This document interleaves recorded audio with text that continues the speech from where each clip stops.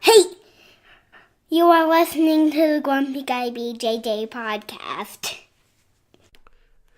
Hey, what's up, guys? Got to take care of a few things before we jump into this week's episode. First, our Ramping Isometrics for BJJ program. It is a 12-week program, all laid out for you. It's going to help you build strength and cardio in the fastest, safest, and most convenient way possible. This is how James and I have been training for the past year, and we love it. So we put this program together so you can just follow along, and we are certain you will see and feel the benefits that we do. It's only $15. Just go to grumpyguybjj.com, click the drop-down menu in the upper right-hand corner, and you'll find it. Next, R3.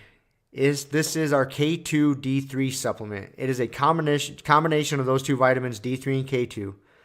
These are two vitamins that James and I have been taking for a long time that really help us recover from hard training sessions. And for only $15 with free shipping, you get a whole month supply.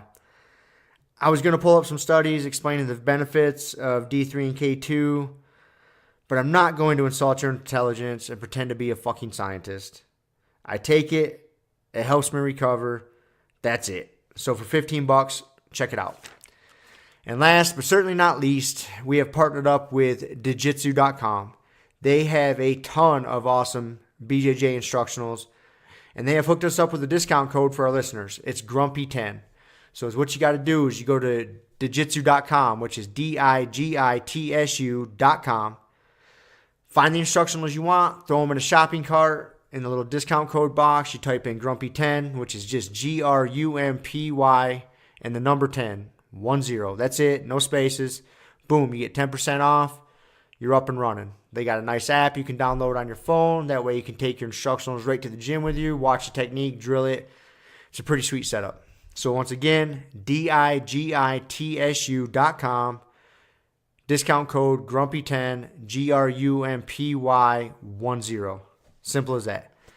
To find all this stuff I just got done talking about, go to our website, grumpyguybjj.com. Click the drop-down menu in the upper right-hand corner. There, you'll subscribe to our newsletter for podcast updates. You'll find links for the Ramping Isos program, the R3 Recovery Supplement, and then under the Programs and Products tab, you'll find a link to Jiu-Jitsu.com. And let's be honest, if you guys can't figure out how to navigate a website by now, there's nothing I can do to help you. So quit fucking around, check it out, train hard, and let's get into this week's episode. And boom. Back again. Back once again. Yes. With another post-training session podcast. Back to the Saturday one. Back to Saturday one. So, yeah. At least I get to drill. Yeah, I was going to say, man. Mobility thing, and I can drill. You're doing just no wrestling. You're making the most of it. Yeah. So, glad to see Both you. Both me can't wrestle. Glad to see you in there, at least. So, it's an important thing.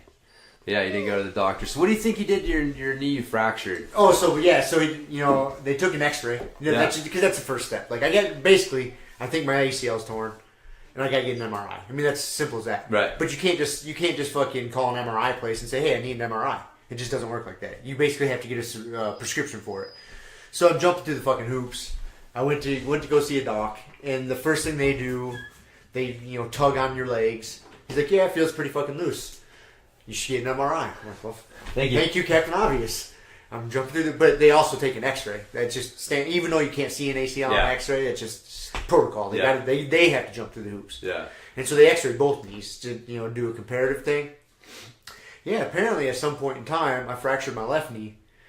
Because he when he was looking at the X-rays, like right inside the joint, like the front view, there's a big triangle of scar tissue. I mean, I didn't know what scar tissue, but the doctor told me. There's like this what's the one that comes from? You got stalagmites and stalactites. The one from the bottom. It looks like a stalagmite in my joint. It's pretty. I mean, for your knee joint, it's pretty good size. It comes like halfway up in my knee, and it's this triangle-looking thing. He's like, "Does your left knee bother you?" I was like, "Yeah, it hurts quite a bit from here time to time."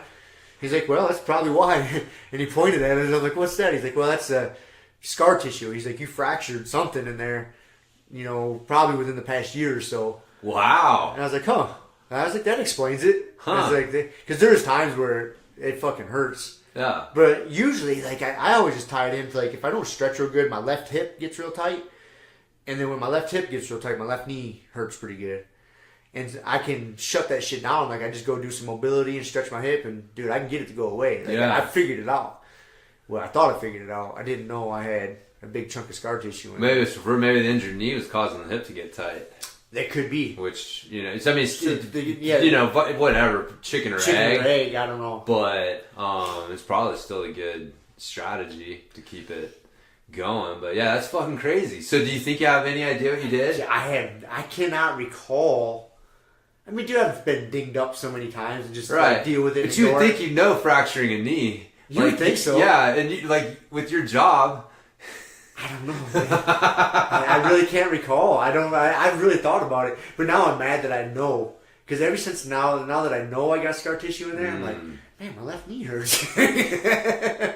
Before I would just ignore it, but now I have a reason as to why it hurts. Yeah. But I just still ignore it. But he did say, he's like, well, if it keeps fucking with you, he's like, it's probably just going to get worse.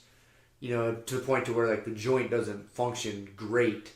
And at some point in time, you'd have to go in there and deal with scar tissue, open you up and scrape it out or whatever the case is. So that's on the horizon for me. Jeez, dude. You got the knees of a fucking running back, bro. Fuck, dude. So that's my life right now. Yeah, so now I'm just waiting for the paperwork to go through. I'm really hoping, man. Like, originally I was thinking putting the surgery off to the end of the year, but I can't mentally, man. I would snap. I just can't. So I if everything goes good, like I'm waiting for the paperwork to go through. If it goes through this week, just like insurance bullshit, then I'll schedule an MRI, drive my fucking ass all the way to Denver, 4-hour drive to go get an MRI because it saves me $1,500. Yeah. And then if I need surgery, I'm gonna schedule that shit ASAP. Yeah, get that out of the way. Get it done, dude. Yeah. So, yeah, because if I can get it done now, man, I'm trying to be really optimistic. If I do need surgery, I'm going to set it up for, like, get it done, like, March 1st, March 15th, like, as soon as possible. I got to get my work just, you know, at least a couple weeks heads up. Like, hey, guess what? I'm going to be off for the next 4 months. My boss is going to be like, what the fuck? But whatever. And I'll be off work for the next 4 months. Won't be wrestling for a while. But at least I'll be back up and running, you know. Yeah. Not literally, but figuratively. Starts to come summertime, you know. Yeah, it's man. Like March, April, May, June. Yeah, so. Huh. I can't remember last time, because it's the same knee I had surgery on 3 years ago. A little over 3 years ago now. I can't remember how long it was before I started wrestling again. I think it was quite a fucking while. It seems like it was like 6 months after surgery, I was back to drilling with select partners that I trust. You know, not takedowns and shit, obviously. Right. But, man, and it seems like the time frame of like 9 months or something was where I was from the time of surgery to the time I started wrestling again. Sounds about right for an ACL. Seems about right. I can't remember exactly, but yeah. Fuck that whole process, man. Super agitated. I had my moments, man. There's days I'm all right. I accept it. It is. There's days I'm just ready to fucking break. You know, and it's like, God damn it, man. Yeah. But there's nothing. I mean, it's a hand I'm dealt. I just gotta deal with it. You know. Right. That's it. And then there's so many what ifs too. Like, well, what could I have done different to prevent this from fucking happening? Like, you know, why is it tore again on the same goddamn knee? Yeah. And honestly, man, like, I'm thinking about it. We were talking about it last time. About a year ago at that tournament, that dude that had the lockdown on my leg and popped. Yeah. I think that probably partially tore it. Right. And I've just been kind of riding it out for the past year. It's been a little over a year. And because it popped pretty good then.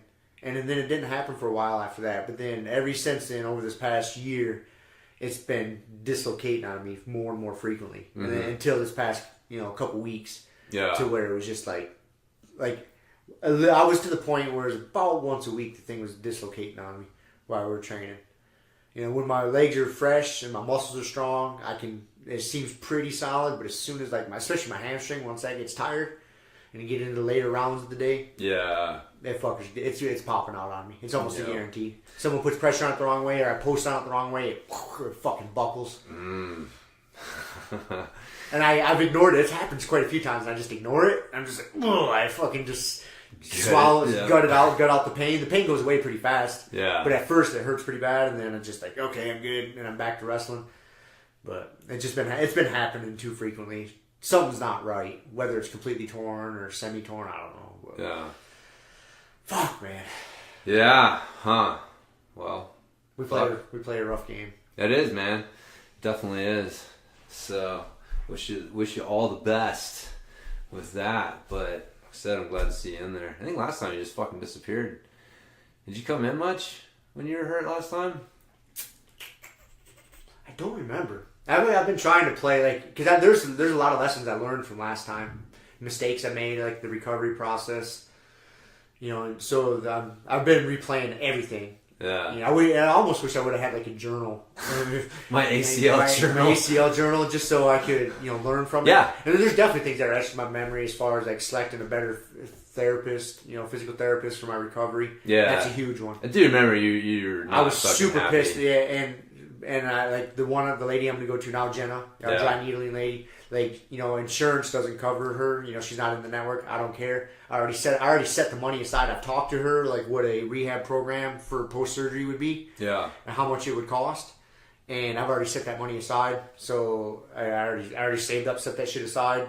Planning for worst case scenario. Like, all right, if I have to get surgery, she's doing all my recovery PT.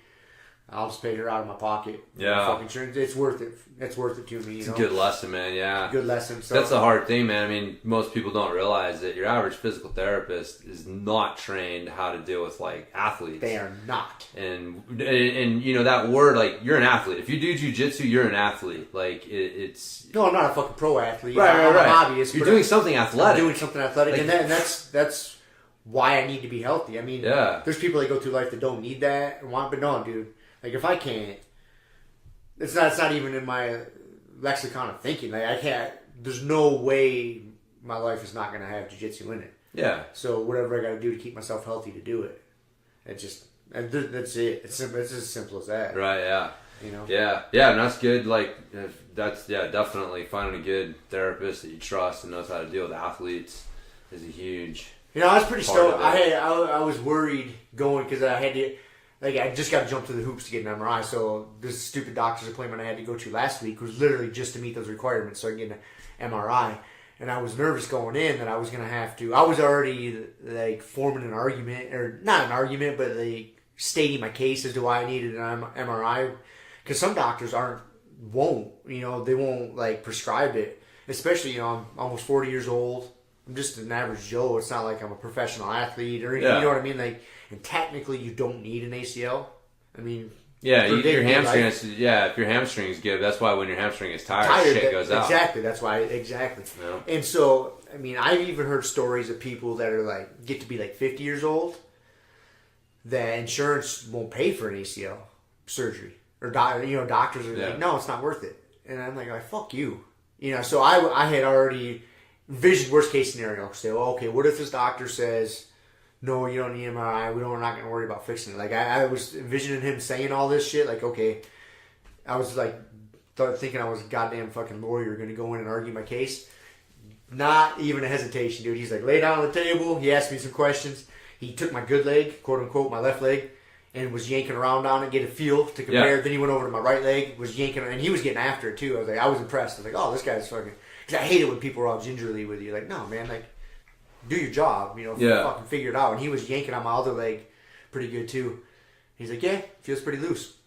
Might be fucked up. He's I can't get a real good read. Your muscles protect it, which I've heard more than once. I've had my knees checked out. He's yeah, I think it's pretty loose, kind of fucked up. You need to get an MRI to figure it out. I was thank you, doc. You know what I mean? It was that simple. There was no him and hawing about it. I was thank goodness, man. Because I was a little skeptical going in. I know, you never know. You don't know. I remember your story when you were sick and you caught the doctor Googling your symptoms. You don't know what you're going to deal with. You don't know what you're going to deal with, man. I mean... So I was pretty stoked. Yeah. On that. So, I mean, like I say, I'm just got to play the hand I'm dealt. This is what's going on. It's a problem I got to deal with. I'll find a solution. If it's not torn, we'll go through some rehab shit. I already talked to Jenna about that, too. I've been, lining everything up. Okay, if this happens, I can do this. If this happens, I can do this. So that's all you can do. I hate to say it, but as unstable as it is, it feels just like last time. And sometimes you just know. You just get that gut feeling something's not right. Something's not right. Something's not right. It shouldn't be buckling on me like that. Yeah. So. Yeah. Yeah, man. Well, like I said, hopefully works out. Or Maybe technology. Technology advances pretty fast too. I'm saying 3 years. 3 years, maybe they've come. Maybe they get like a fucking chimpanzee tendon. Like an orangutan tendon. Ape. Put that fucker in there. Fucking elephant. Sorry, an elephant tendon. Yeah. Well, anyways. So we shall see. We shall see. But, unfortunately, this ACL injury that you have is going to delay your training for the Moxie Games. Yes, unfortunately. Unfortunately. So, yeah, we were... found ESPN has at least on Sling, I don't know where you'd find it on fucking cable or whatever, but they got these little sub channels underneath your ESPN channel on Sling, and one of the little things is the Ocho. Just like it's the Ocho, just like a dodgeball, man. Ocho. So fucking great. And yeah, you click on it every once in a while when it's there, and it is what it is, man. It's the Ocho. Like, they are covering some of the most obscure sports that you've never heard of. And they had one called the Moxie Games, and it was just supposed to be like a combination of all these different skills and juggling and martial arts and soccer and shit. I was like, holy crap, I gotta see this. So yeah, I watched about 5 minutes of it and had to stop and start over when you got over here. I was like, amazing. Dude, you've been missing out, bro. We got sucked into it pretty fast. We did. We watched like probably 20 minutes of that shit. Hedis. It was the sport we were watching. Yes. Which is played on a ping pong table. Yep. With it looks like a volleyball, probably pretty close to a volleyball. Yep. But where the guys are using their head to volley the ball back and forth across. That's it. Yep. The you can only use your head. You can only use your head. Yeah. They're jumping and juking. Surprisingly good at it, man. Really good at it. Like, yes. This is an awesome fucking sport. They're putting English on it. They are. The dude's spinning it and serving it. Yeah. Oh, yeah. Getting after it. It was good. I can't see there being a long career for a Hedis athlete. Seems like it's got to be pretty hard on your neck. I would, yeah, you'd think so. Give yourself whiplash. But maybe it's a good way to get technique. Yeah, you get a fucking jacked neck. Yeah. Playing Hedis. Dude, yeah, that was pretty funny. One of the guys was the Beer Vampire, was his nickname. I like that name. What was the guy? The other guy was something Sniper. Sniper or something, I don't know. Yeah, there was... the Scorched Sniper or some shit, I don't know what it was. Yes. What else did we have? We had... we saw glimpses of... Dodge Juggle. Yes! Which was basically... It looked like people juggling on one end and people throwing balls at them from the other end. Dodgeball to where the opponents don't throw balls at you. They just juggle. They're just juggling. And you got to try to hit them. They're trying to dodge while juggling, and you just get to throw balls at them, man. It looked, That looks awesome. It looked awesome. We'll have to watch some of that after this episode. We saw the one clip, what was the guy's name? The bro-jitsu dude? Oh, Juju Mofo? That jack dude? Giant motherfucker. Giant dude throwing a dodgeball, and there's a kid standing on a chair juggling and getting blasted by this gorilla, man. It's like, yes. That was awesome. Then they had the soccer darts. That looked fun, man. Fun, dude. It was a giant dartboard. What did you say? I think 20 feet tall? It looked something like huge, that. Dude. It was huge. But giant, 20 by 20 dartboard, and just think like, Velcro fucking soccer ball. You get to kick your soccer ball, and that's how you're scoring. And they had looks fun as shit. It did look kind of fun, man. Yeah. Some of those dudes were getting after it, like doing the wheel kicks and the soccer kicks.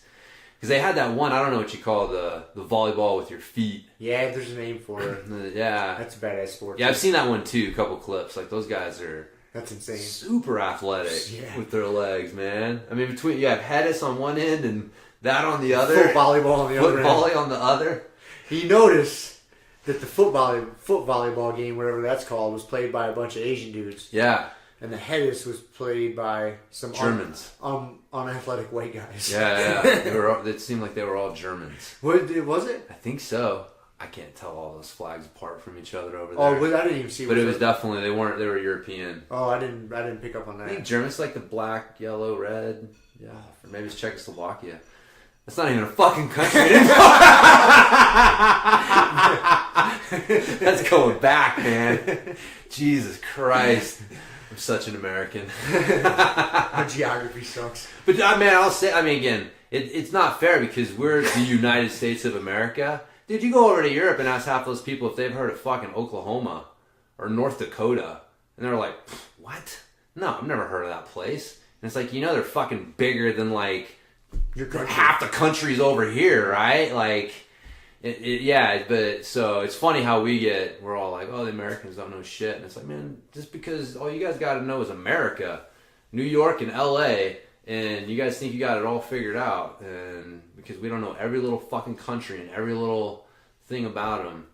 So, fuck off. We're just smart enough. And just so everybody knows, James is sitting here with his MAGA hat on. That's right. He's got his Make America Great Again hat on. Build that wall. I'm fucking kidding. I love the Europeans. They buy my pedals. That's good. So, I'm a capitalist. So, I'm kidding. I am. But, anyways, we're not even going to go down this road. It's getting deep. It's getting deep quick. So, anyways, if I've insulted any Europeans, I apologize. Not really. Yeah, not really. We insult people every week on this fucking thing. So if we went an episode without insulting some group of people, I'd be more impressed. That's true. That is true. So we got it out of the way early. That just means we'll probably insult somebody else. Mm-hmm. Give it time. Yeah. So, all right, and then they had the juggling.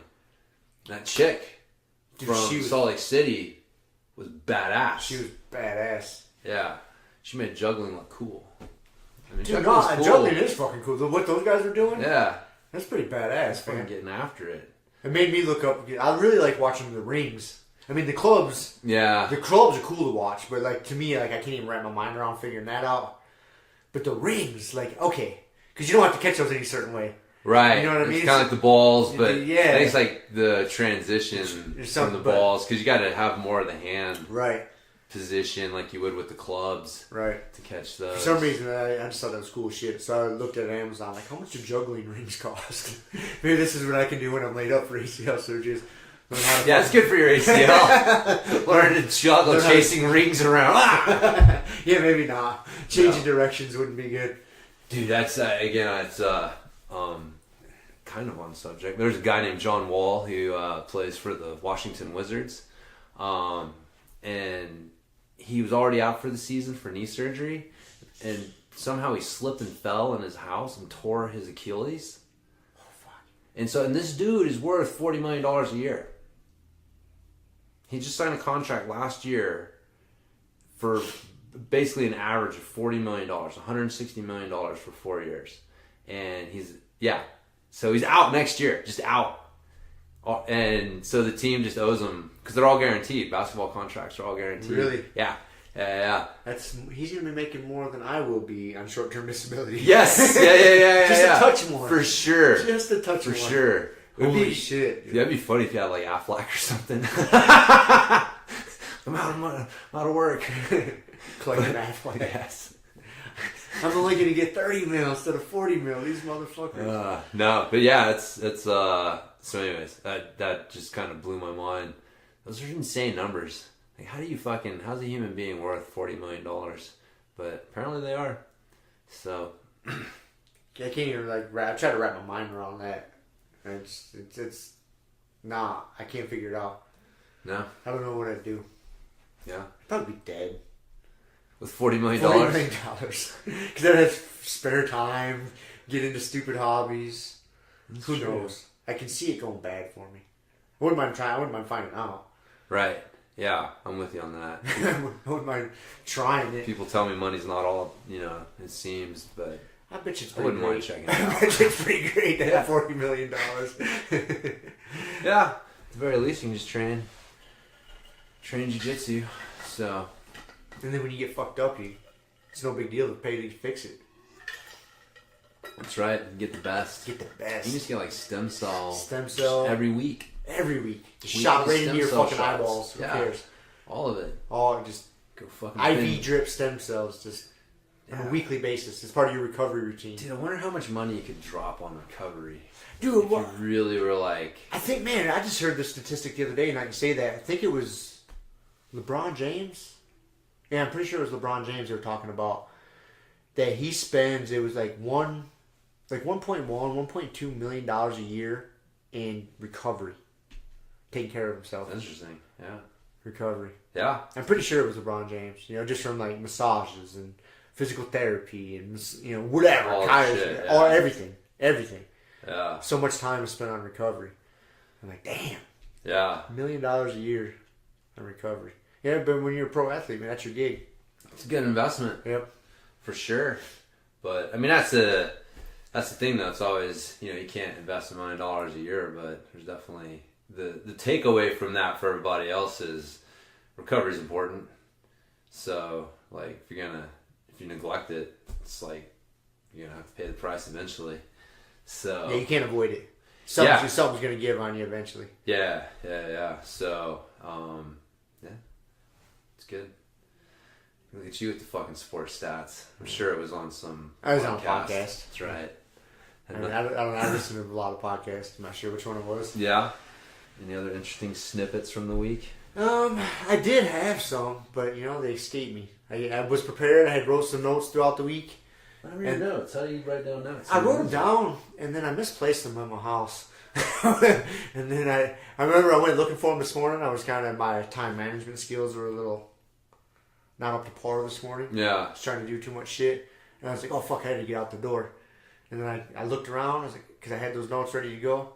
Don't know where they went. So I'm coming in unprepared once again. It's all right. I got a note here. A note? Yes. I got a few notes. We'll start with the first one. That's good. It's a question for you. Oh, shit. Does leaving your belt out in the rain count as washing it? Yes. Okay. Sorry, man. It was a mistake. I left it out overnight. It rained. So. Well, during the summer, I put it out in the sun. Yeah, that's my routine. I get home, especially on Saturdays. That's what I was doing. Yeah, I'd left it out in the sun, and I just forgot. And I hit it overnight, and it just happened to But I remember because it was funny. I was telling you, I was like, man, I have to wash my belt. You're like, don't be a pussy. Do not wash your belt. Put it out in the sun.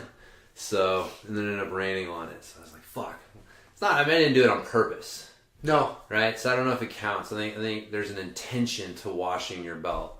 If it accidentally gets wet, and it wasn't your intention to wash it, then you're good. Yeah, I think we're good. I think you're good. All right. And you're cleaning it with nature's water. You're not. Yeah. Not throwing a goddamn washing Look, man, machine. if the jiu-jitsu gods thought it needed a little rinsing, I'm not going to argue with them. Nope, not going to argue with it. So we'll go with it. So all right. I have done that before though. I put it outside, and I don't like to. I mean, we're at elevation here, and if you put something out in the sun for too long here, it's going to fade the shit out of it.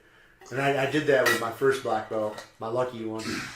And that thing's almost got a brown tint to it now. When you put it up next to my other belts, because I got my competition belt, I got the new one Kevin got me with my name on it misspelled and purposely, and the original one. And the original one, I've put it out in the sun quite a few times, and there's been a time or two where I forgot it out there a little bit longer than I planned. Yeah, and it definitely fades it. Yeah, no, I need to put a timer or something. Yeah, I can't see it. It's easy to forget, man. I got it's funny, I got a squat rack on my back porch, of all things. I just, random shit from my facility, one of those things I just keep dragging around. I'm like, they don't do squats, but... You don't want to get rid of it, though. No, it's a nice squat rack, so I throw it on the back porch, so I'll go back there and stretch out or whatever. But, I got it hanging out back there, but I can't see it from any of the windows in my house. And it's not like you walk by it to leave your house. Right, yeah. It's in the backyard, so yeah. Anyway, speaking of which, my belt's out there right now, so I gotta remember to You know, it's it funny, back that's out. exactly where I forgot my belt. The few times I put it out on my back patio, drape it over one of my chairs and my table back there. And again, unless I go back there, I'm not gonna see it. Right. And I don't have to go back there to leave or whatever they get, There's days where I just don't go back there because I have no fucking reason to. And then you go to train the next day, God, where's my fucking belt? Oh shit, it's still outside. God damn it. Yeah. Yes. Yeah, so that happens. All right, well, that's good. That's what I make sure. You didn't piss off the jiu-jitsu gods. Okay, good. So, at least not in my book. All right, that's all that matters. That's all that matters. That's all that matters. So, all right, I'm listening to Dean Thomas, the trainer. Yep. And man, he had a good point about the different types of people that you deal with, and he was talking about MMA, but I think it's pretty applicable to BJJ. He said you got fighters, you got competitors, you've got athletes, and you've got artists, and that you have to understand how to treat them all differently. And his example was Amanda Nunes and how people thought that she's a fighter, And so they were treating her like that, and it's like she's not, you know, she's kind of more of like, you know, athlete type, and so you gotta let her push herself. She doesn't need you pushing her. Like, you set the goal and let her do it, and she'll fucking push herself harder than like you could ever push her yourself. But if you don't know how to coach these different personalities and these different things, and you treat everyone the same, you're gonna run into problems. And I was like, man, I thought that was pretty fucking good insight. That's good you brought that up, Ed, because I remember listening to that, and I was going to bring that up, you know, a month or so ago whenever he was on. Yeah. It's been a little bit. It's been a while. I'm getting back no, to it. I mean, it is a really good insight, and it's coming more. The only reason I didn't bring it up, because I actually wrote some notes down on that, because I really liked it. And I had thought about something in that vein before, but after listening to that, like, I sat down and wrote out the different types of people, but it's more beneficial from a coaching standpoint, but it can be beneficial from like an athlete standpoint, or a personal standpoint, I should say. You know, not putting a label on as an athlete, but a personal standpoint, understanding what type of person you are. Yeah. You know, it'll help you. It'll help you, like we talked about last week. You know, formulating your plan, your systems, your jiu-jitsu systems, and stuff that's going to work better for your game. But from a coaching standpoint, that's big. Yeah. Being able to tune in to people's personalities and how they receive things, it's huge. Right, yeah. And being able to get your message across to them. Yeah. Because not everybody's going to receive you the same way. And if, you know, we're pretty abrasive at our gym, especially when it comes to coaching. You know, we're not shy. Yeah. You know, we see somebody doing something, we're like, what in the fuck is that? Yeah. That I can't even label that jiu-jitsu. Stop doing that. Do it. You know, we're pretty harsh. But there's some people that don't. There's some people that respond really well to that. They're like, "Good deal, I'll fix it." There's other people that as soon as you do that, fucking glazed look in their eyes, their ears shut down, they're offended or they're just not listening. So I think it's really important to understand the type of person you're dealing with. Yeah, have some sort of, maybe not like that, but have some sort of like, because it can be something as like, you know, someone who you can. We've talked about before. Like, you can break it down as simply, some people need a kick in the ass and some people need a pat on the back. Exactly. You know, that simplifies it even more. Yeah, it can be just that simple there. Yeah, and I see that when I run those positional sparring classes, and I, you know, am hard on people, making you guys push hard and not taking breaks. And I see some people thrive in that. They're like, fuck yeah, this is good. And I see other people don't like that. Yeah, you can tell. Yeah. But I was impressed last week, or I did that on Wednesday night, I think it was. Yeah. And maybe it was Tuesday night. Yeah. Whatever. And I made the count, because last time I did that, 2 weeks ago, we got towards the end of class. Like 3/4 of the way through, 3/4 of the people were like... You know, we started class with like 20 people. Yeah. Or whatever it was. Yeah. And then we get down, you know, there's still 15 minutes left of training. And there's like 6 people on the mat. 8 people on the mat. And I was like, what in the fuck? Like, this is still class. This is an open mat. Yeah. And I didn't, you know, I didn't really say anything at the time, but I just took a mental note. Good, yeah. Like, okay. Observation. I see what's happening here. People are looking at this a little different. Like, no, we're running a fast-paced class today. We're here training killers. Like, you motherfuckers need to stick it out. Even if sticking it out means you have to slow your pace down on a couple rounds just because you're gassed, but you're still putting the rounds in. You're not sitting off to the side sipping water, sitting around out because you're tired. That's not an option. Yeah. In my mind, when I'm running a positional sparring class like that, that's not an option. And maybe that's a little harsh for like the hobbies. No, it's a good bar to set. Yeah. Because people may come a little bit short of that, but if you don't set that bar, then, and you know, it's funny, the irony is I was the one who fucking ended up having to sit out. Like, I remember we had like 2 rounds left, and I was like, dude, I need a minute. Like, cause you go 2.5 minutes on, 30 seconds off. Yeah. And I was like, man, and we were an hour. We don't usually do the full hour. We didn't even warm up. There was no warm up. Yeah, we usually do like half hour class and half hour of that. So it was, dude, we were like fucking 17, 18 rounds deep. and you know, being one of the higher belts, man, like I'm starting in a bad position. Yeah. And you know, and what's funny, I was going to comment too, like I've come to this realization, especially since I started doing more of this triangle shit. Offensive jiu-jitsu is tiring. Yes. dude, it is a different car. Like it's taken me a couple weeks to realize what's going on, because I'm like, I can't catch my breath sometimes after rounds like I used to. But then I look back and I'm like, but dude, you are just fucking attacking relentlessly the whole time. And it's like, because I see shit, you know, like it's like, this is fucking fun. I'm like, I got all these fucking toys to play with, man. And so I'm just like pushing the action more. I'm trying to get on, and so I'm realizing like, I'm playing a little bit different, like, you know, type of jiu-jitsu than what I normally do, which is kind of sit back, you know, let people do their thing and let them make a mistake and then capitalize on that and go from that. And it's a different energy. Different energy, man. Yeah, it is different energy for sure. Yeah. So man, after like getting out of a bad position, man, because you're motivated. You're like, I have enough time to get out of this position and submit this motherfucker. Yep. I have enough time. Yep. And you got. But you got to work. You got to work. You got to push it. Because you don't have 5 minutes. No, you don't have any point to rest. No, you got 2.5 minutes, and if it takes you 90 seconds to get out of that bad position, dude, you only got a minute left. You got to pass. You got to get on it. Yeah, you got to put them in trouble in a minute, and so there's not. That's why I like it so much. Dude, it's so much fun because, I mean, again, it all depends on your personality, but.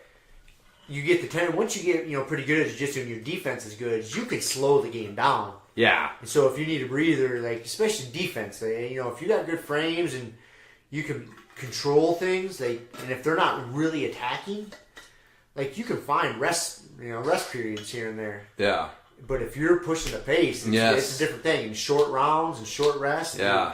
That's why I really like it, because it makes you push the pace. I mean, it doesn't make you, but in theory, if you want to succeed, in quotation, you can't like push the pace. It almost like, I mean, I hate to say it, but it makes pushing the pace safe. Yep. Because it's not 5 minutes. It's like, it's 2.5 minutes, and then it's a short break. And so, I mean, there's all these things are working against you for sure, but it is like, okay, I got 2.5 minutes. Maybe next time I do it, I'll do a minute break. That way, people are a little more incentivized to really push the pace because they know they're going to get a minute rest. Yeah, I think that's true. That might, now just thinking about it out loud, talking about it. That might be a better move. I mean, not a better move, just a different move. Yeah.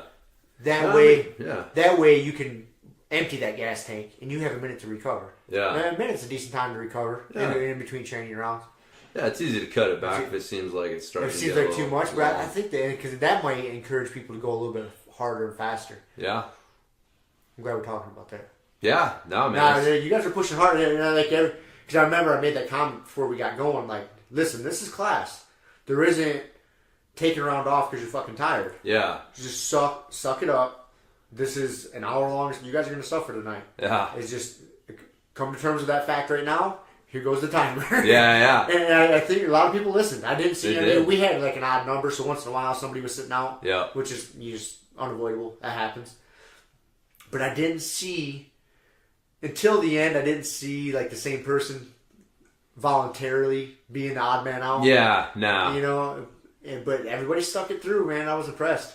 Yeah. You guys are going hard. I know, man. Even that one. That when you finally had to sit out like toward like 50 minutes in. Yeah. Like I seen it on your face. You had ripped your gi top off and it's in a fucking sweaty mess and you're just like hunched over on your knees. Dude, I just got done going Brazilian Nick for the second time, man. That dude wears me out. Especially when you're trying to attack. He's a perfect example, because I'll get in positions with him where I'll, relax a little bit, and it's like you can't. He'll make you pay. And I was just fucking going and pushing, and we were done, and I was like, man, I'm trying to fucking catch my breath. Oh, dude, you're like your face is beat red. You were trying to catch your breath. You were sweating your gis on there. You're like, I don't see you get so tired to take your gi off on a regular basis. No, man. And I was like, oh, James is fucking suffering here. Yeah. Like, he's a little hot. Yeah. I was like, maybe you should take it off. Yeah, I took like a minute off and finished out that round. But even then, though, it was like, I don't want to take this round off. No. Like that, I was fucking pissed at myself that I even needed to take that extra minute to catch my breath. But it was like, get the fuck back in there and go. But yeah, it's good. I mean, but if you hadn't said that, I think a lot more people would quit. Because I haven't made that announcement, so to speak. And I run those positional sparring classes quite a bit when I come in. I know. And I've seen people quit quite a bit. Usually by the end, there's a skeleton crew compared to what had started.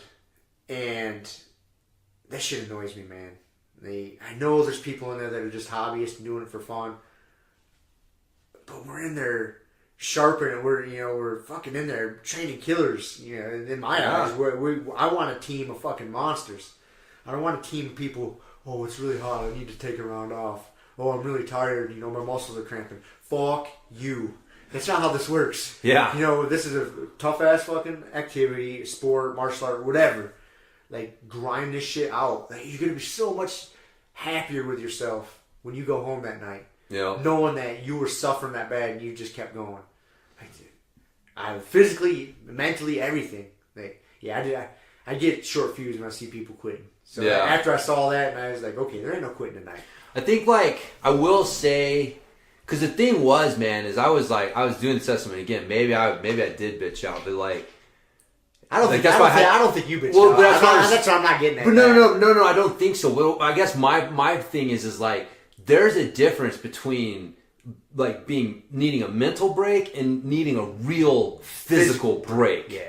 And if you really need a physical break, man, you can fucking hurt. You don't want to push yourself to the point of getting hurt. Right. And that's also where you can't. If you're that exhausted, you can't protect yourself the same. So there is something, but the thing is and that's probably the big message. David Goggins is always trying to hammer in people's head. Dude, when you think you're you need to quit, you're really only 40% of the way there. You can go a lot more. You can go so much harder. And it's and that's why I was sitting there. I was trying to assess. I'm like, dude, am I being a little bitch? And I was like, I can't catch my breath. And I could see that you could see that, because I know you're the first person to give someone shit if you sense they're bitching out. And I remember you always that's the most sensitive thing Rob's ever said. Is oh, you're training hard, man. It's okay. Or something like that. I can see it. I mean, I've been in physical activities a good majority of my life, and so many years of jiu-jitsu. And you can tell when someone legitimately needs a break. Yeah. You can see the signs. I'm used to it. And you can see when someone's just being a pussy. Yeah. And you can. And I could see I could see all the signs. I'm like, no, James probably earned a break. and you can see, even new people, inexperienced people, sorry. You can tell.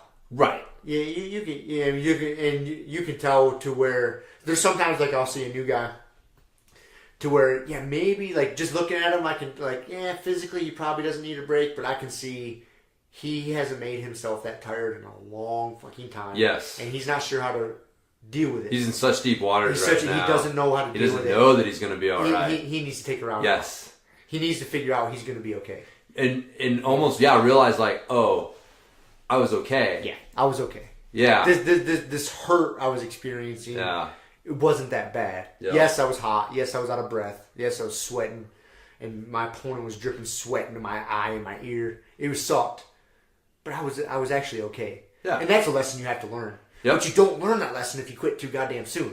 Yeah. I think there's people, a lot of it, man, has to do, the tone in our gym. That's the tone that we set, man. We train fucking hard. We don't take rounds off. If you're describing training at Grand Valley, that's how I would describe it. And that's the tone that we fucking set. And I think that it's good, because if you don't set that bar, like I said, people may not hit it. Man, I think that's the other thing, like you said, man, you gotta, not everybody's gonna push it that hard. But if you don't set that standard, that standard in the first place, the fucking cliche, shoot for the stars and you'll hit the moon kind of shit. And it's dude, if you don't tell them in the first place you're not supposed to quit ever, they won't push past that point trying to achieve that goal, even if they never get to that point. Because we all know that, realistically, dude, everyone has to take breaks. Right. We say this, but it's Rolly, last time he was here, he was saying, at least when he was here, that he was rolling 5 rounds max. Because he just knew that physically anything past that, and he was really starting to like dig a hole, and it just wasn't as good for his jiu-jitsu. And so at that point in time, for whatever reason, it's like even he had a limit. But I think especially with new people, man, it's, you know, one of the things we talk about is that unfreedom. Like you need that unfreedom to figure out, like, to earn your freedom. And it's like, so at first, like, guess what? Don't quit. Like, don't take a round off. Nope. Yeah. And so that's what helps you fucking learn when you really do need a round off or not. But yeah, man, I think those classes are so much fun. Got it. I mean, God, because over an hour, we literally did close to 20 rounds, right? We did 10 rounds back and 10 rounds side control. And so having to escape, you know, both of those positions at least like 8 or 9 times, just over and over and over again, and then figure out, and what we were talking about last time, like, dude, that's where the systems come in. Yep. And that's why I was like, I got 2.5 minutes to work my system. I'm going to fucking sweep this dude. I'm going to pass, boom, boom, boom. But that's where you really start to hone those things in and figure that shit out, man. So, yeah. That's why I think they're so beneficial and underutilized. Yeah. So. Yeah. And man, and if I have to be out for this, if I have to get surgery and be out, I'll probably be in there coaching quite a bit. Good. And be, you know, because, well, I mean, what else am I going to do? Right. You know what I mean? And so the days I can't really, especially when I'm pretty close to that surgery, I won't even be able to like demonstrate techniques. So if I'm in there coaching, well, I guess being that I can't show techniques, you guys are sparring, you know, and then I can, you know, coach and, you know, give advice from there. Yeah. So. Yeah, man, it's good too. Also, I mean, because it gives you a chance to survey the room and see, because you do that a lot too. You'll end the class with, all right, I saw this mistake. I'm seeing a lot of this. Yep. And so, and you've actually, the last couple classes you've taught have been inspired pretty much directly from watching people doing those things. Like, all right, I saw everybody abandon the collar grip when you guys were in mount. Like, fuck this shit. Like, you know, here's what you do. Yeah. Fix it. And let's do some stuff. Or Yeah, I do that for, you know, a selfish reason. A lot of those, I mean, yeah, I do those positional sparring rounds like that, classes like that, for numerous reasons. But that's a big one from a coaching standpoint, because it gives me a chance just to see that position over and over and over again with everybody. Yeah. And see the tendencies. And then when you see the tendencies manifest themselves through a lot of people, then you know it's a team. It's a team thing. Yeah. Like, all right, let's address this. You know, you're going to see different things from each individual person, but you're going to see stuff that's happening as a team because, this is how we're teaching it. Yeah. So it's happening like this. Yeah, you see a trend. Let's course correct. Yes. And that helps you fix mistakes you made as a coach. Because maybe there was a detail you didn't emphasize that you just took for granted, something that you do or that I do, and so I don't talk about it as I'm teaching something, and you know that maybe that's a mistake because I see everybody making the same mistake, and it's not because everybody's dumb, it's because I didn't fucking teach it properly. Right? Yeah. Like and so watching all that brings that to light. Like, cool, I can fix it. Yeah. And yeah, that's huge, really beneficial. Yeah, man. No, I think we've raved about those things the last couple. But there's so much good things that come from it. You know, you can talk about those for days. Yeah. So, coaching, training, building systems. Yeah, we have beat the fuck out of that subject. No, man. Well, I mean, it's all kind of related. I mean, because we were talking about. It's funny. I was like, how the hell did we get on this subject? And we were talking about personalities. Oh, yeah.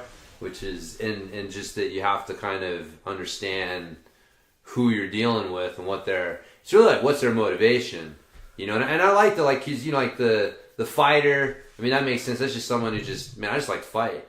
Like, I just like to fucking scrap. And this is just my ability to fucking scrap and not get in trouble. And there's just those fucking there's people. A lot of people like that. If they weren't doing this, they'd be fucking fighting somewhere doing something. They just like to fight. Yeah. And then like the competitor is just, they like to compete. Like, it wouldn't matter what it is. It's like, you know, driving to the fucking beat you there. It's like everything's a fucking competition for them. They just love to compete. And again, that's not everybody, right? Like, I don't necessarily like love to compete. You know, I'm not like, oh dude, when's the next it's what was it? The athlete, which is because part of this came up because he was talking about who was it? The fucking guy that I think he retired, and Joe was talking about the last time he'd interviewed him. He was saying like, "I'm not a fighter. I'm an athlete. I'm just good at this shit." And Rumble Johnson. Rumble Johnson, yeah. He's retired since, right? Yep. Yeah. And that was what kind of got the conversation going, was because Joe's like, what do you mean you're not a fighter? Like, you're one of the scariest motherfuckers in the division. Like, you smash the shit out of people. And he's like, no, man, I'm just an athlete, man. Good athlete. I just happen to be good at this. Yeah, my athletic skills line up with this sport. And so, like, that's why I find myself here. I'm not particularly, this isn't necessarily my thing. I'm just good at it. And people enjoy doing things they're good at, but... And there's a payday. Right. And he was making some money off it. Right. But then eventually he was just like, it's not fun anymore. Yeah. It's just not the same motivation as someone who just loves to compete or who, is a fighter. And then the artist was interesting. I didn't quite, fully wrap my mind around, the artist designation and just someone who likes to create I think that... Because we all probably have a little of everything. Yeah. And we just, gonna have, more tendencies towards one or the other. To where I think the artist one, that's not gonna be like a subgroup or like a group that you're gonna be full in and be a jiu-jitsu guy. Like I think that's kind of the way I saw the artist designation. Like, when you get to a jiu-jitsu guy, you're going to have your fighter, you're going to have your competitor, and what was it? The athlete. Yeah. And I think those three are really big. And you're going to have little pieces of each. But then the artist is kind of like a subgroup that everybody's going to have a little bit of, but some people are going to have more of it. Yeah. I don't think you're going to fall completely into that. Because it's a pretty athletic thing we're doing. Yeah. Yeah. Does that make sense? That's kind of how I because to be an it. artist, you kind of have to have... And again, some of the examples they were using was John Jones and Mighty Mouse Johnson. They get in there and it's like, you can't really coach what they're doing. They're seeing how to piece things together in ways that no one else really has. And they're going out there and they're creating art. They're doing things that people have never really seen or thought of before, and it's almost part of the joy of it for them. They just have fun doing new shit, and so whereas some people are like, man, I got my fucking, this is my shit. Ronda Rousey was not an artist. No. She was a fucking fighter / competitor. That was her deal. If I was to, for example, if I was to throw her in some groups, the first one I'd put her in as competitor would be the I think title. so, competitor, coming off from judo, Olympic, level judo, and then fighter would be the close designation, and then athlete, but competitor is probably I put her because I don't even she enjoyed fighting, but it was a paycheck, and she came in at the right time. She was a high level competitor. She saw an avenue to make some good money. The timing was good. It's not like she just loved fighting. She obviously didn't, because once she got her ass whooped, she basically... Once she got her ass whooped, she dipped out. She's done. I'm out. I can go to WWE and make way more money. And not really get punched fucked in the up. face. Way less. So that proves to me, she wasn't really a fighter. She was a competitor. Saw an opportunity to make... She was a competitor, athlete, fighter. It's kind of if you were to break it down in hierarchy. She saw an opportunity, made some money, and then bounced out. Yeah, she's good. I'd say the Diaz brothers are fighters. You don't have to pay them money. They like the money. They would pay you money to go fight. Those guys just fight. They want to fight. Yeah, they haven't competed in years, and which is a shame. Still huge in the fight game. It's just such a shame. There's still names, they're still training, they're still coaching, they're still doing shit in the fight game. It's they're really good examples of fucking fighters. But so when you look at it, you can see okay, well, these guys all have different motivations. Right. Trying to motivate the Diaz brothers is different than trying to motivate fucking Ronda Rousey, different than John Jones, different, and so, but same thing. I was thinking immediately, because it was one of my hardest lessons in coaching, being a trainer and strength coach, was figuring out that man, there's how do I deal with different, personalities without like understanding their motivation and how to communicate with them. And that's not how I looked at it. It was just like, how do I get this dumb motherfucker to do what I want him to do? And shut up. Shut up and fucking just do the reps. shit. Do the reps, man, and stop fucking And it didn't go very well. No, it doesn't go well. It doesn't go well. But yeah, it's good, and I think too it's good for you to think about yourself, right? Like, because one, like, it's good if you're coaching, right? So if you're listening to this and you have the opportunity to coach people, keep this shit in mind, or just do it with people on any level. Keep shit in mind. Like, people look at things differently or motivated differently. But if you're not, it's definitely helpful for you as yourself to be like, okay, like, what is it that I like to, what do I think I'm motivated by? And because it can help you lead conversations with people. It may not even necessarily be your coach, right? Like, say you get a private with someone, and you've only got an hour, maybe a few minutes of talking to them, and we talk about this all the time. It's like Pimenta, man. He's like the fucking Oracle of Delphi. If you can figure out the right question, he will give you the fucking secret to jiu-jitsu. You just have to figure out the right question. And that's a lot of it. It's like, part of it's like, I got to get him to tell me how he sees things from my point of view. Like, if that makes sense. Like, that's the whole fucking trick. That's the dance. Yeah. That's the dance. Is like, I just need to understand what you're seeing from my point of view. And then I can understand the shit. But it all comes from, like, questions. But if you don't understand, like, kind of how you see things or what motivates you and that stuff, then you can't ask those kind of questions that'll help people who... Because, man, I don't expect Pimenta to be like, so, what are you, my friend? Competitor? No. Athlete? You know what I mean? Like, that, I don't expect that. But, there are times when, like, it is on you to help people. Like, if you need some information, man, if you know what kind of questions to ask, it can help you out a lot. So, anyways, that's my... It's good.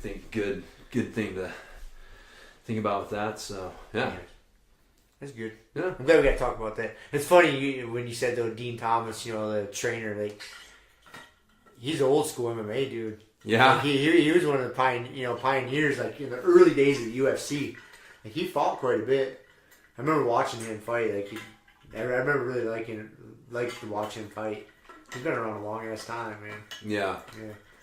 I don't know if I like really knew him as a fighter. Yeah. Heard his name. That was early days. Yeah. Early days. Yeah, I was being a model. You being my Zoolander days. Blue Steel days. That's right.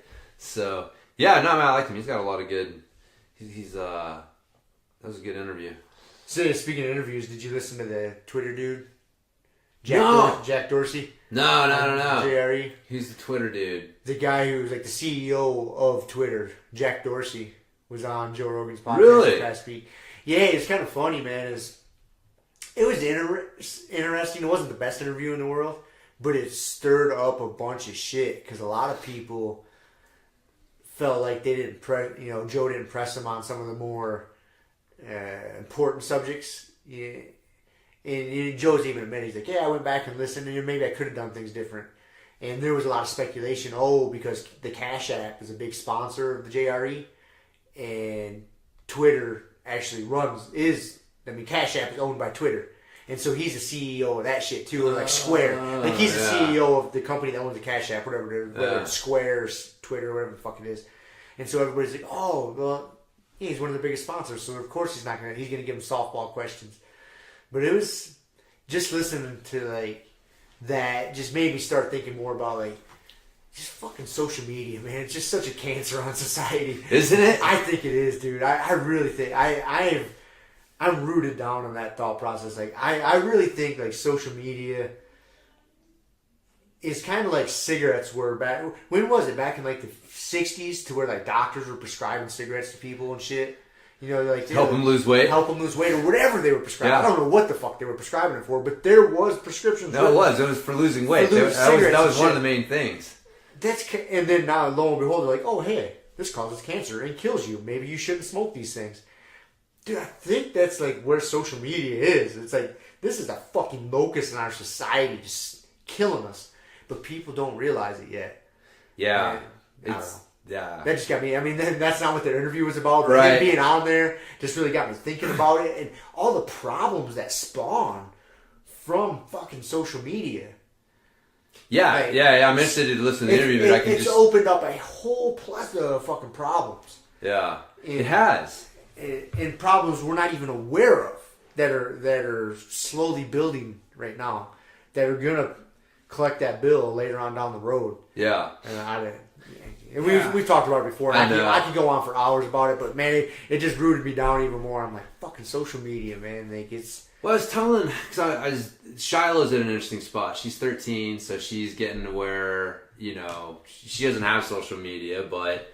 all her friends probably have. You know, a lot of them have. A lot of them do, and it's not really that. It's just, I'm not going to be a hypocrite. It's right. like a smoker telling his kid not to smoke. It's right. like, man, I use social media. I have issues with it, and I struggle with it from time to time, and I try to be open with her about that. But, you know, she's getting to a point, because, you know, being a really good artist, she's got a website, and we're working on getting her a blog going, and, you know, Instagram would be a prime place for her to share her art. I mean, that's, you know, a good spot for that, and for her to also find and be able to follow people that also share art and things that can help inspire her. And so to promote her own art and to also connect with other artists and things like that. But I was like, see, this is the thing, is like, see, you have a purpose for using social media. You know, you're going there looking for specific things and you're promoting something. And that's so different than how most people approach social media. They don't have any purpose. They're just, this is fun.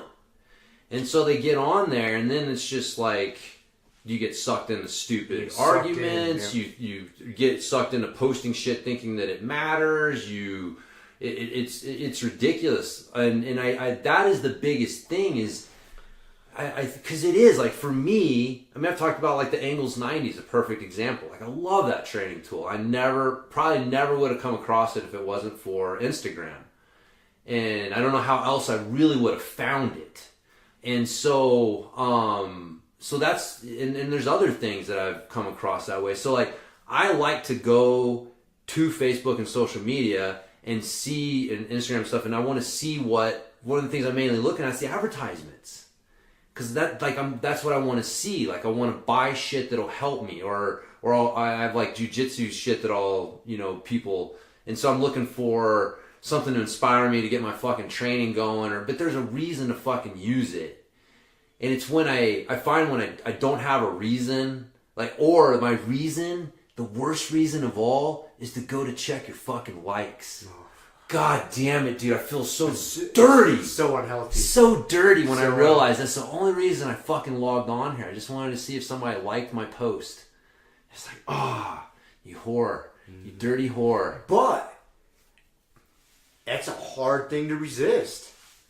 It's been programmed in. It's been programmed in, dude. Looking for that acceptance, and that's what people, you know, a lot of people don't understand either. Is, man, all these social media companies, these big tech companies, they hire fucking insanely smart engineers to come up with shit to get you addicted to this shit, and that's what you're up against. Yeah, you know, some average meathead like myself, I'm supposed to be, like, resisting the urges that some egghead fucking engineer came up with to get me addicted to it, like, and not just one, hundreds of them. Right. At each and they're all trying to outdo each other. They're all trying to outdo each other to get you addicted more to it. Yeah. And it's a losing battle.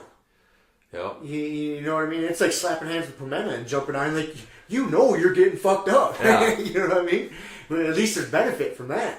Like, the social media, like, you're going against, you know, the Pimenta, so to speak, of that world, and there's no upside to it. Yeah. Like, they're trying to get you hooked to that thing, to spend more time on it. Yeah. It's such a slippery slope, man. It is, man. That's why, I mean, I know I'm a mentally weak motherfucker when it comes to that shit. That's why I get rid of it, dude.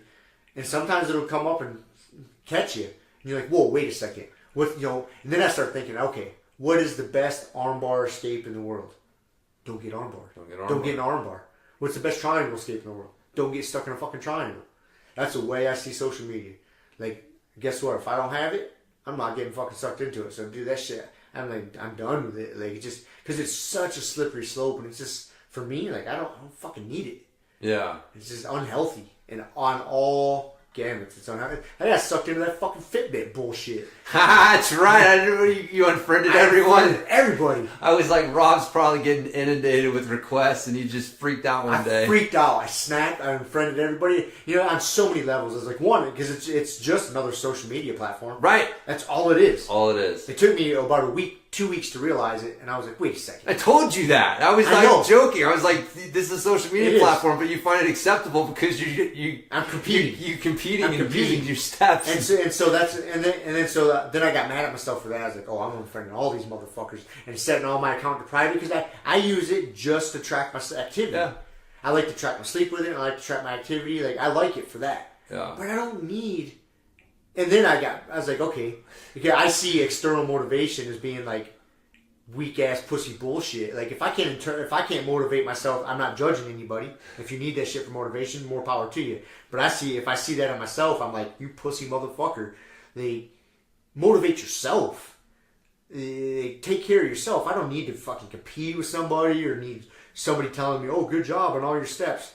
Horseshit. It's like, it's like David Goggins talks about listening to music when you're running. It's cheating. That's the way I saw that. I was like, this is some cheating fucking bullshit. If I can't motivate myself to go take another walk with my dog or get some more exercise in for the day. I'm trying to win this fucking challenge. Yeah.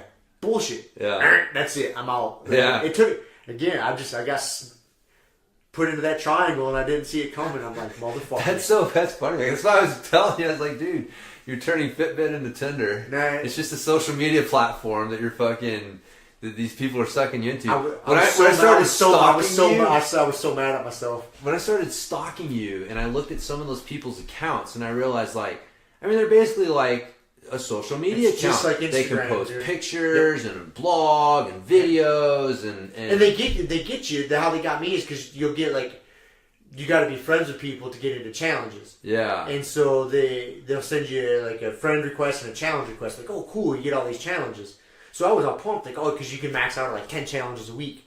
So I was getting all these fucking challenges, and to get them, you got to get the friends. And so it was that slippery fucking slope. I'm like, these motherfuckers. Oh yeah. Caught me slipping. They want more friends. It's like the Instagram thing. That's exactly what it is. They're like, oh, I'm going to follow them, so they'll follow me back. Yep.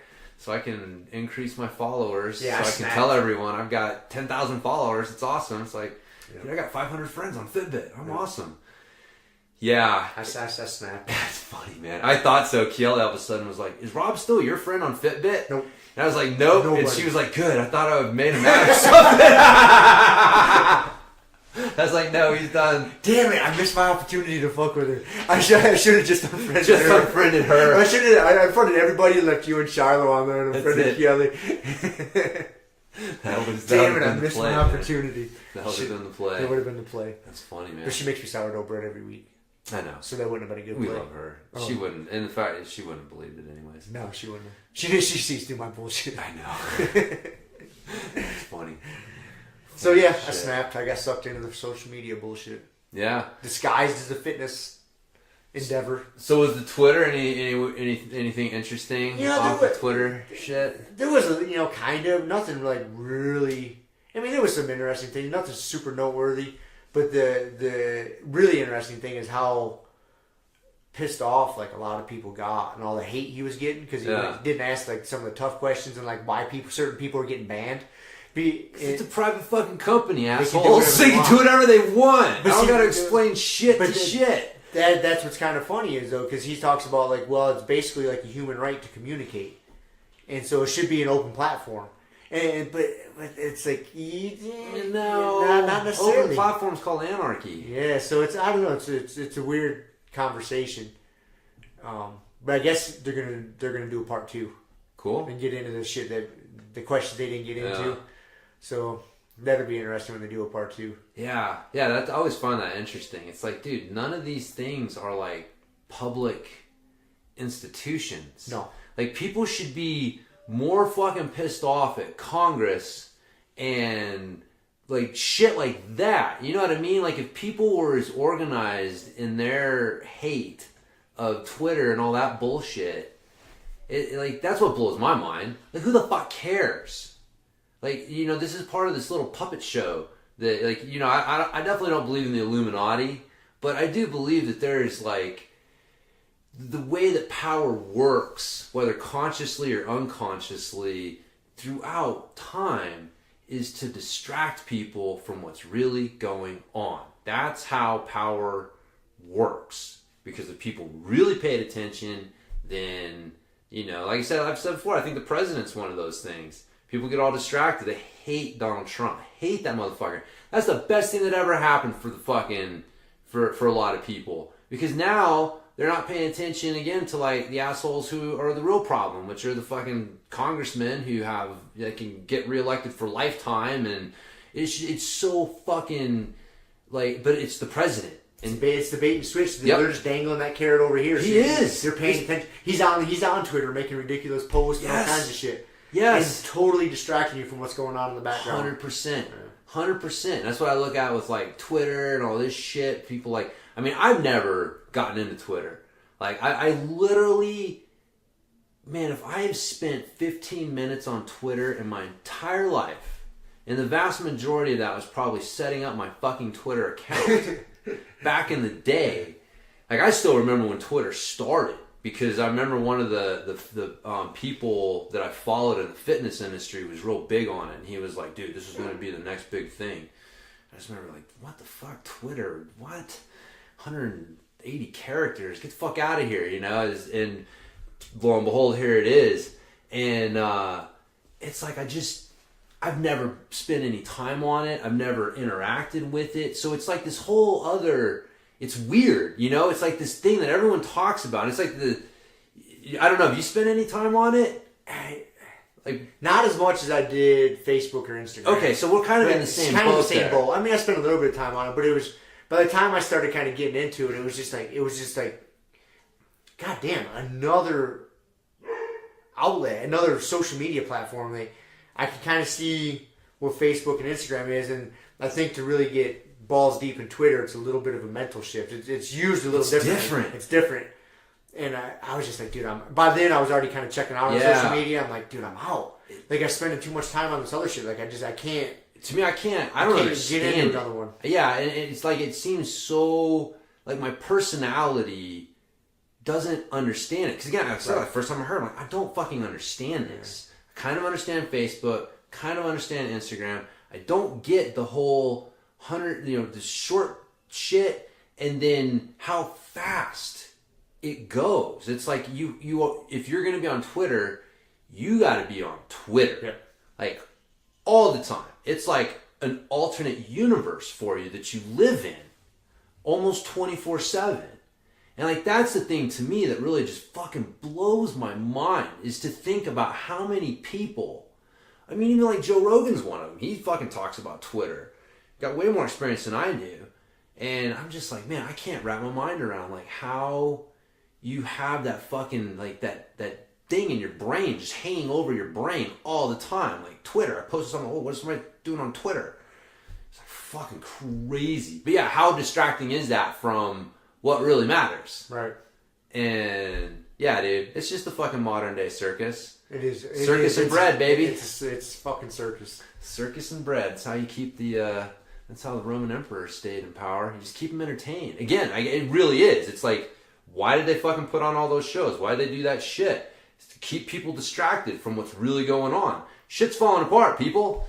And nah, we're happy to watch people fucking, you know, fight each other. And yeah, I really am curious as to what's gonna happen to us as a species.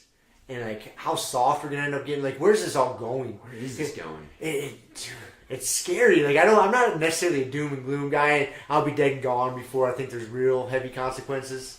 Unless technology comes around and I live to be 150 with some bionic fucking legs and shit. But not even then. I don't know, man. Like, it's weird to think about because I see so many things that are just mind blowing to me. I remember like how often I'll go, like, you know, with my job, you know, I'm interacting with different customers all day long.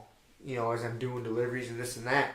And so often, like, I'll go have somebody sign for something, and they got their phone in their hand, and you look at their phone just to see what they're doing, and so many times it's some stupid fucking game, like. Oh yeah, we haven't even touched on that shit. Like it's a whole nother universe. It's something like like what is that fucking Candy Crush or something, just completely retarded, or social media. Yes. Like, dude, I'm telling you, there's so many, and it's like they're bothered to have to look up from Candy Crush to sign this piece of paper I have in my hand, and then right back to this, like, what is going on, dude? Here? I see that so often, man, and I'm just like, what in the fuck is happening? I went to buy something, man. I think I was getting gift certificates at the massage store, at the fucking Thai massage, the Asian massage place in the mall. And dude, that was exactly what happened. I'm like trying to buy like, gift certificates for Kiele, and this guy is playing like fucking poker or something on his phone, and the game's going, so he can't pay attention to me, and he's literally like playing, and then like I was like, dude, I see that all the time. Oh my god, man, it was wild. He was just like going back and forth between me and him, and I was like, I almost wanted to tell him, like, dude, do you want to finish that hand so we can just do this easy? Like, this is painful right here. And yeah, but anyways, that's why jiu-jitsu is good. It's an antidote to all this fucking nonsense. Like, yeah, it's the opposite of social media. It is. You're getting sweated on. It is intimate and personal, fucking real. You got feelings, physical and mental and emotional. Yeah, all life all balled up into one, man. Just right there on the mat, unfolds. Yeah. Yeah. And it's real. I think that's why jiu-jitsu is growing, man. I mean, honestly, like I could be wrong. Because people are missing the connection out there. I think so. Like the Spartan races, we've talked about that. Like, there's a suffering element that people are missing. Yep. And I think that's why these things are getting more popular. I mean, dude, Thomas from Rifle, is that where he lives? Yep. He was talking about their, classes up there. And Rifle, people don't know, is like some relatively pretty small town. Yeah, small mountain town out here. On between here and Denver. And he said he's getting like 15, 20 kids in his classes and, like averaging like 10 adults per class. And it's like, man, it's good. That's pretty decent numbers for a town that size. And that just says something about like jiu-jitsu and like how popular it's getting and how much benefit people got to be getting from it. I mean, because that's why it gets popular, man. People do it and they like it and they get their friends into it. And the friend, we've talked about that many times, the friends you develop through it. Yeah. It really becomes like your little family, your little tribe. Yeah. That's probably one of the biggest benefits you'll get from it. Yeah. Yeah. Was it Brian, the new purple belt guy that's been coming in and training, the bigger dude? The big dude? Yeah. Mm-hmm. He was, I guess he ran a CrossFit gym. He owned a CrossFit gym for 6 years. And so it was funny, dude, because he had heard me mention something. I forget how it got brought up, but it said something about having owned a fitness facility for a few years. So he's like, oh, I heard you owned a CrossFit. And I was like, well, it wasn't a CrossFit, but I owned a small training facility, blah, blah, blah. And he's like, oh, I did too. And it was funny. It was like one of those things, like, unless you run one of those things, like, you just don't know. And we looked at each other, and I was like, you're not doing it anymore? And he's like, nope. And I was like, yeah, me neither. And it's like the job that you love, man, but it is a tough, it's something different. It's something different, man. It's not what you think it would be. Yeah, I mean, there's people who can do it well, people who are really successful with it, but I can tell you from experience, I've been in the fitness industry for a long, long, long time, and there's a saying in it, and it's so true. The fitness industry is one of the easiest industries to start working in, and one of the hardest ones to actually make a living in. And it's hard, man. It's hard. And one of the things that makes it hard, I always found, was because like people are so focused on themselves. It's me. Like, why are they coming in there to train? It's me. I want to lose weight. I want to look better. I want to feel better. I want to get the guy. I want to get the girl. Whatever it is, me. You're going to help me. I'm paying you money to help me. And there's never really, like, CrossFit kind of started to get this, and I think that's why CrossFit is good, but there was never that, like, you know, eventually if you're going to get good at jiu-jitsu, you can't just be there for you. Like, you got to realize, like, no, I'm here for my teammates too, because if they're not getting better, then I'm not getting better. Like, if they can't trust me, then they're not going to roll with me. Like, there's this forced camaraderie that you have to develop. It's very natural. It's very tribal, and we're actually, like, I think wired for it, which is why people fall into it. But you just don't get that in a lot of fitness training places. And, you know, we tried hard to foster it, trying to do things, you know, and it's just so hard to get people to do shit together outside of the gym. And they don't all train at the same time, right? Because that's the other thing. It's like, if everyone was there training at the same time in a fitness place, it would suck. If everyone shows up to train at our place, we're like, fuck yeah. Like, dude, so many good training partners here. And it's just such a different mentality that you have. And again, I'm not, you know, totally knocking it. There's good, it helps a lot of people and there's good shit, but it's just so different. Like the mindset of the place, the people running the place, the other people there, it's different, and it changes your mindset, I think, too. Like, you have to become more sensitive to, like, your tribe. Because, yeah, you can't just walk in there and pay your fucking $50 an hour for your trainer and be an asshole and leave. It doesn't work that way. So, yeah, I think that's it's awesome, man. It's such a fucking better thing, I think. It's hard, man, because the fitness industry is a service industry, and I know jiu-jitsu is a little bit, but it's you're learning a self-defense thing. So again, it's like there's an element of, like, I am the teacher, you are the student. You know, I am helping teach you something extremely valuable that's going to help you in practical situations and ways. It's like, man, I ain't the attitude when you're going in to train. It's like, motherfucker, you're just trying to help me lose weight. You're trying to help me get fit. So me. But anyways, it's a different industry, man. Different industry. That's why I like the jiu-jitsu crowd so much better. It's a good crowd. It is. By and large. I mean, I've said it a million times. It's like, if there was a party, I had to go to a party and I didn't know anyone at that party, and you gave me my choice of, like, what kind of people do you want to be there? Jiu-jitsu people all day long. All day long. All day long. I'll be able to make friends in a fucking heartbeat. Yep. You walk in, there's just a bunch of fitness people. It's like, ooh, I don't know. Dude, let's be some prude motherfuckers. Like, there's a lot of other sports. Yeah, I know I bag on mountain biking, but same thing. There's a little bit of a selfish attitude that you're able to develop because you don't have the forced camaraderie, the forced proximity that you do at jiu-jitsu that I think makes it more real. So that's definitely real. Yeah. More real, dude. More real. Like Tyler Durden said, when you're fighting, the volume on everything else gets turned way the fuck down. Way down. It's just different. So, you know what's funny is I catch myself, like, we have this conversation recorded weekly. We have these conversations all the time. Every time we're together, we have some sort of fucking what we would call deep conversation in our eyes. And so that's just the way my brain works, right? And I walked into the office the other day at work, and one of the secretary ladies, for lack of a better explanation, she was asking me about some delivery and some paperwork, and she was all fired up about it. And she was going on, and it was not like yelling at me, just that wasn't a role, but she was excited to figure out a solution to this thing. And I could tell she's like really taking this seriously, and she's all amped up. And so I'm letting her do her little spiel, and I just look at her and I was like, you need a hobby. And then there's like two other people in the office heard me, and they just started rolling. I was like, you are taking this way too seriously. I was like, we just deliver stuff. That's all. We pick stuff up at point A and we take it to point B. That's all we do. yeah. Don't put any more on it than that. And she just started laughing. I was like, so now how can I help you? Yeah. But she went, and so I put my thought process, I kind of assume everybody else has it, but that is an incorrect assumption. Yeah.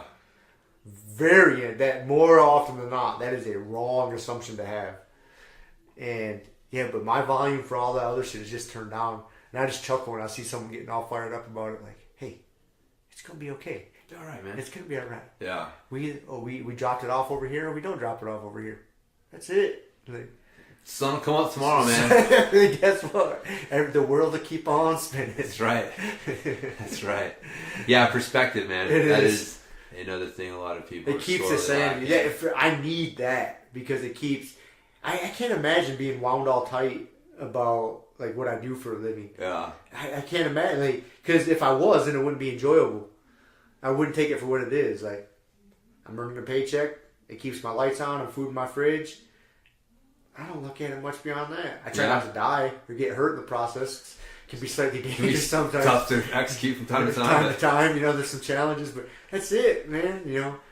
And I can't. And I see so many people I work with get all fired up about shit, and I'm like, man, you motherfuckers need to find something outside of here, like desperately. Like you need to suffer outside of here. Find some activity that is difficult and just makes you suffer on a regular basis, and all this other shit would just be so much easier for you to handle. Yeah. Well, it's funny when we were. So I was joking with you this morning that you gave us the gift of perspective during our workout because you're all like, "Oh, you guys are gonna hurt. We're gonna," and we did the fucking bridge and then the ramping ISO bridge, ramping ISO deadlift, and then the ramping ISO wall squat. All back to back. Like right at the beginning of the workout, and then I was like, "Well, thanks, Rob." I was like, "The joke's on you. Like that's it. It can only get better from here." It's like you gave us the gift of perspective, brother. From here on out, this is all easy. Thanks, man. But joking around, but that's what it is. That's it in a nutshell. That is what it is. You suffer through the hard shit, and one of the gifts that it gives you is perspective, and you realize, like, oh, wait a minute. Oh, wait. Like, there's a lot of shit that I can just. This is not hard at all. This is okay. But yeah, if you don't have that perspective, man, if you don't have that hurdle, you're not shooting for that fucking hurdle. Yeah, it's what's weird. Is what I think it is because we're wired to look for that struggle, right? We need it as a species. And so if you don't have jiu-jitsu or something like that in your life to give you that struggle, your brain will find it. It'll find it. It'll create drama for you, yeah, so to speak. And what I mean by that is like it'll make things in your life seem like a way bigger deal than they need to be. Because we're wired to deal with struggle. Yeah. We need it. It's true, man. You're going to find a struggle. You're going to find a struggle, so it might as well be a struggle. You choose it or it'll choose you. Right. So you might as well choose. You might as well be the one choosing the struggle. Yes. Yeah. That's a good way to think about it, man. Yeah. Like, that is the message that it's funny, like, trying to, like, get that across to people. Like, man, life's going to be hard. It's going to be hard. But you choose the struggle, or, like, it'll choose you. And, yeah, not always good when it chooses you. No. So, yeah. I think that's a good place to end. Unless you got something else to talk about. Fuck yeah. No, choose man. the struggle. I think so. Choose the struggle. And that's, the struggle's good. Embrace it. And go watch the Moxie games. What was it? What was the name of the event with the volleyball and the ping pong table? Hedis. Yeah, or you can just go YouTube Hedis. I'm sure you'll probably find 3 videos. It was what? Headis? Yeah. Hedis. Yep. That's everybody's homework for the week. It was impressive. It's impressive. We're probably going to wander out of here and turn back try it for a few minutes. Yeah, try it. Yeah. We got to figure a way to try this out. I really want to see the fucking... Let's clear off your kitchen table and get a ball. See if we can figure this out. Yeah. You don't like this idea. I think... we might break shit. I think that we need some pads. Might want to do it at the gym.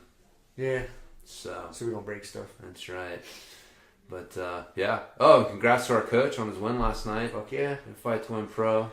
And unfortunately, Pimenta lost the decision, but it was... Bullshit, I disagree with the decision. Yeah. It wasn't an action-packed match, but...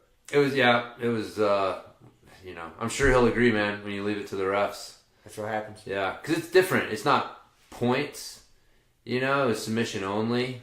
And so, like, you don't know where you're at.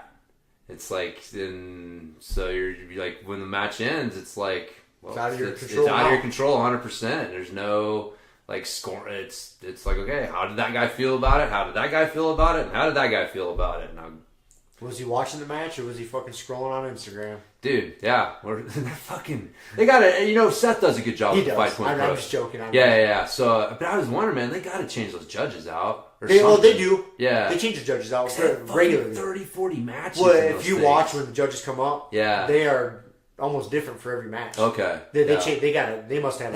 They must have an army of them. I love jiu-jitsu, and there's still it's hard to watch that many matches 5 hours in a row. Imagine if they just had 3 judges watching all 5 hours. It's by the end, it would be like, yo, man, who won that? Who won that? Yeah, who are you voting for? I don't know, blue. All right. Red's won the last 3. So let's go blue this time. Let's go blue. Which we know is not the case. Like I said, Seth does a great job. He does a great job. Yeah, love that dude, what he's done for jiu-jitsu. So, but we have to, because we're smart asses. We got to be smart asses about it for him. So it was unfair. Yeah, it was. Anyways, it was interesting watching him. I'm just so used to watching him smash the fuck out of everyone. So used to getting smashed. You knew the dude. What was the guy's name? Philip Miller. Yeah, I mean, you even said beforehand. You're like, dude, he's good. And I don't know, but it was funny. You pointed out when you moved here, the jiu-jitsu scene was so small, and you've been in it for so long that Yeah, I mean, I might not know a lot of these guys personally, but I've seen the circles. In the circle, yeah. When I moved to Colorado, there was nobody here on this side of the mountains. Over in Denver, there was 3 schools: Mauricio Zingano School, Mal Easton School, and David Ruiz's school. And each one of those guys only had 1 school, and they were the only. To the best of my knowledge, they were the only 3 black belts in Colorado. I mean, there could have been a couple others, but not ones that own schools. Yeah. And I trained at all of them until finally Mauricio took me under his wing and was like, hey, why don't you come train with me whenever you come to town? So that's how that relationship developed. But yeah, I'd go to Denver. This trip to Denver, I'd be like, I'll train at David Ruiz's school. It was a good group of guys, dude. Mall Easton School, the same thing, man. They were all of them were super nice to me. But it's a small community, man. Yeah. That's cool though, man. I don't know. Sometimes I forget. It's a different perspective when you go to those tournaments. And the same thing with when I was training back in Michigan. Jiu-jitsu is a small community. You start going. I was traveling all over the Midwest to tournaments. I mean, I was go to Ohio, Indiana, Michigan, Chicago, Illinois, up in Chicago, all within. I always had a 5-hour radius, 5-hour drive. You get much more. Yeah. Shit's getting more involved. But you get a 4 or 5 hour drive. You can go to a lot of tournaments. And it's small. You would see a lot of the same guys. Man, you just start to know each other. Right. Dude, black belts were few and far between back then. Very few.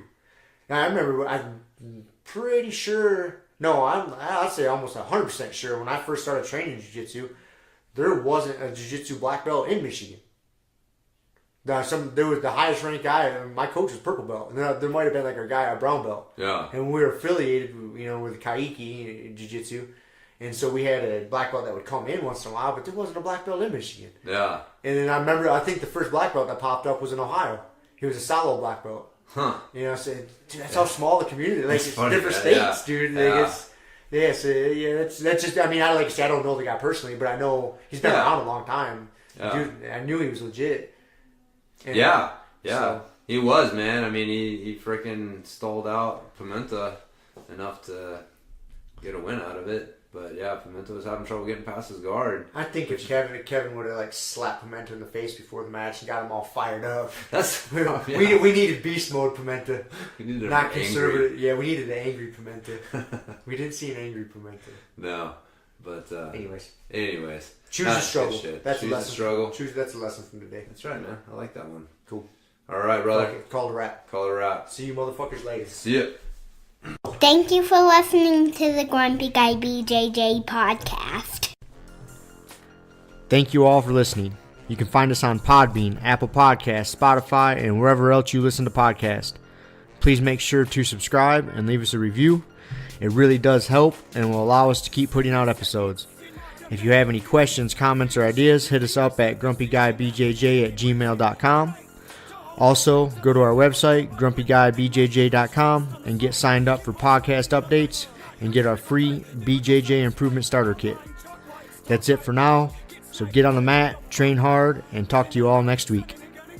Down, hermit rap, a hermit now, fool. Doggy stool, foggy cool, got a froggy outside Molly dude. Melancholy Daisy Duke, hanging by the lace of their shoes. No trace of the tools, shaped in your face, fuck the rules. Snooze you lose, one eye always open, in times two, no clue. But soon a brief monsoon might give you a view to choose. Stay tuned, include, won't conclude. To the end is near beware, there's consequences for what you do. To me and demon, a devil of many levels, I keep on feeding for several of them rebels. Me, myself, and I. Me, myself, and I.